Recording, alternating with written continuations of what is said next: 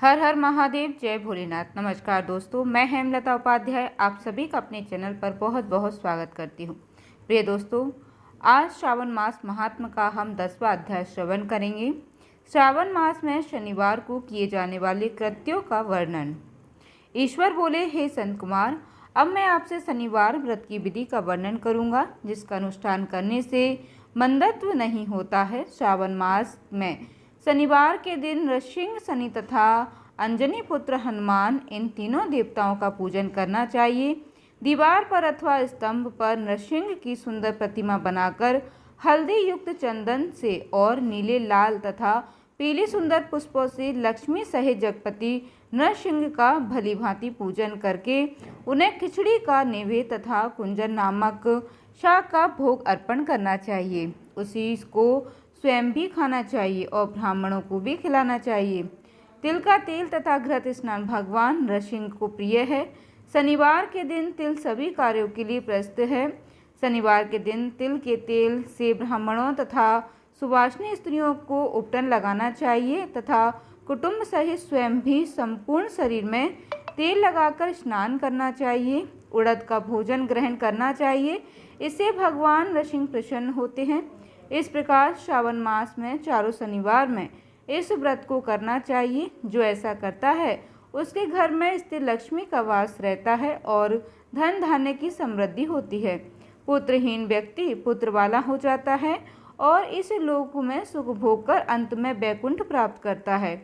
नरसिंह की कृपा से मनुष्य की चारों दिशाओं में व्याप्त रहने वाली उत्तम कीर्ति होती है। हे सौम्य, मैंने आपसे नरसिंह का यह उत्तम व्रत कहा। हे सनत कुमार, अब शनि की प्रसन्नता के लिए जो करना चाहिए उसे सुनिए।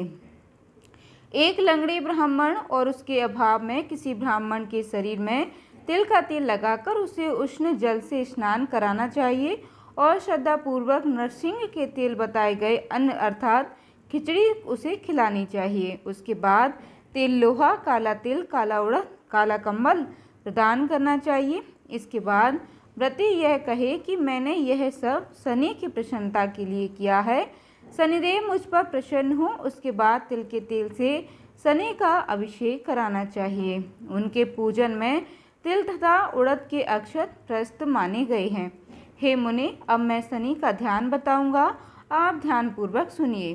शनिश्वर कृष्ण वर्ण वाले हैं, मंद गति वाले हैं, कश्यप गोत्र वाले हैं, सौराष्ट्र देश में पैदा हुए हैं, सूर्य पुत्र हैं, वर देने वाले हैं, दंड के समान आकार वाले मंडल में स्थित हैं, इंद्र नीलमणि तुल्य कांति वाले हैं, हाथों में धनुष बाण त्रिशूल धारण किए हुए हैं, गीत पर आरूढ़ हैं, यम इनके अधिदेवता हैं, ब्रह्मा इनके प्रत्यधिदेवता हैं। ये कस्तूरी अगुरु का गण तथा गुगुल का धूप ग्रहण करते हैं।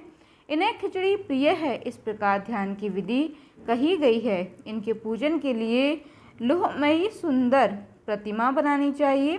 हे द्विज श्रेष्ठ, इनके निमित्त की गई पूजा में कृष्ण अर्थात काली वस्तु का दान करना चाहिए। ब्राह्मण को काले रंग के 2 वस्त्र देने चाहिए और काले बछड़े सहित काली गौ माता प्रदान करनी चाहिए। विधि पूर्वक पूजा करके इस प्रकार प्रार्थना तथा स्तुति करनी चाहिए। आराधना से संतुष्ट होकर जिन्होंने नष्ट राज्य वाले राजा नील को उनका महान राज्य पुनः प्रदान कर दिया, फिर शनिदेव मुझ पर प्रसन्न हो। नीलंजन के समान वर्ण वाले, मंद गति से चलने वाले और छाया देवी तथा सूर्य से उत्पन्न होने वाले उन शनिश्वर को मैं नमस्कार करता हूँ। मंडल के कोण में स्थित आपको नमस्कार है। पिंगल नाम वाले आप शनि को नमस्कार है। हे देवेश, मुझ दीन तथा शरणागत पर कृपा कीजिए। इस प्रकार स्तुति के द्वारा प्रार्थना करके बार बार प्रणाम करना चाहिए। 3 वर्णों ब्राह्मण, क्षत्रिय, वैश्य के लिए शनि के पूजन में शनो देवी इस वैदिक मंत्र का प्रयोग बताया गया है और शूद्रों के लिए पूजन में नाम मंत्र का प्रयोग बताया गया है। जो व्यक्ति दत्तचित होकर इस विधि से शनिदेव का पूजन करेगा, उसे स्वप्न में भी शनि का भय नहीं होगा। हे विप्र, जो मनुष्य श्रावण मास में प्रत्येक शनिवार के दिन भक्ति पूर्वक इस विधि से इस व्रत को करेंगे, उन्हें शनिचर के द्वारा लेस मात्र भी कष्ट नहीं होगा। जन्म राशि से पहले दूसरे, चौथे, पाँचवें, सातवें, आठवें, नौवें अथवा 12वें स्थान में स्थित शनि सदा कष्ट पहुंचाता है। शनि की शांति के लिए समाज ने इस मंत्र का जप करना बताया गया है। उसकी प्रसन्नता के लिए इंद्र नीलमणि का दान करना चाहिए।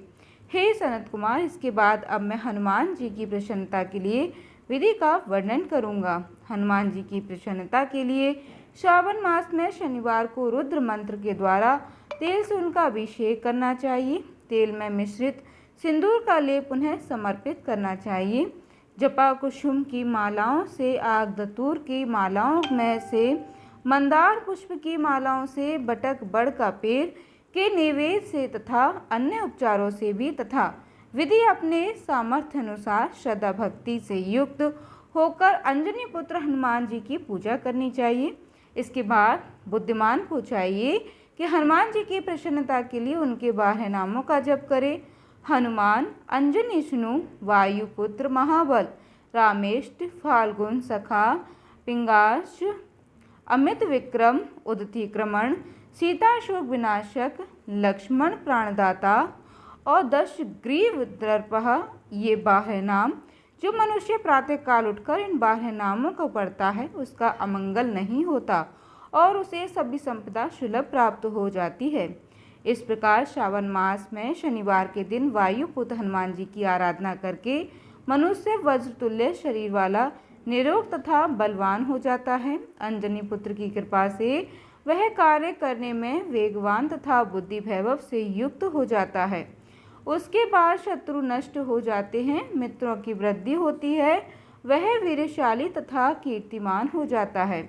यदि साधक हनुमान जी के मंदिर हनुमत्वच का पाठ करे तो वह अणिमा आदि 8 सिद्धियों का स्वामित्व प्राप्त कर लेता है और यक्ष, राक्षस तथा वेताल उसे देखते ही कपित तथा भयभीत होकर वेग पूर्वक दसों दिशाओं में भाग जाते हैं।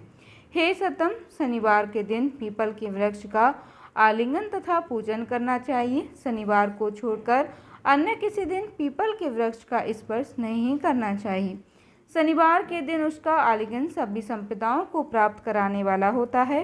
प्रत्येक मास में 7 वारों में पीपल का पूजन लाभदायक फलदायक है, किंतु श्रावण में यह पूजन अधिक फलप्रद है। प्रिय दोस्तों, इस प्रकार श्री स्कंद पुराण के अंतर्गत ईश्वर संत कुमार संवाद में श्रावण मास महात्म्य, शनेश्वर, नृसिंह, हनुमंत पूजनादि, शनेश्वर कृत्य कथन नामक 10वां अध्याय पूर्ण हुआ। कथा सुनने के बाद कमेंट में हर हर महादेव जरूर लिखिएगा। धन्यवाद दोस्तों। जय माता दी।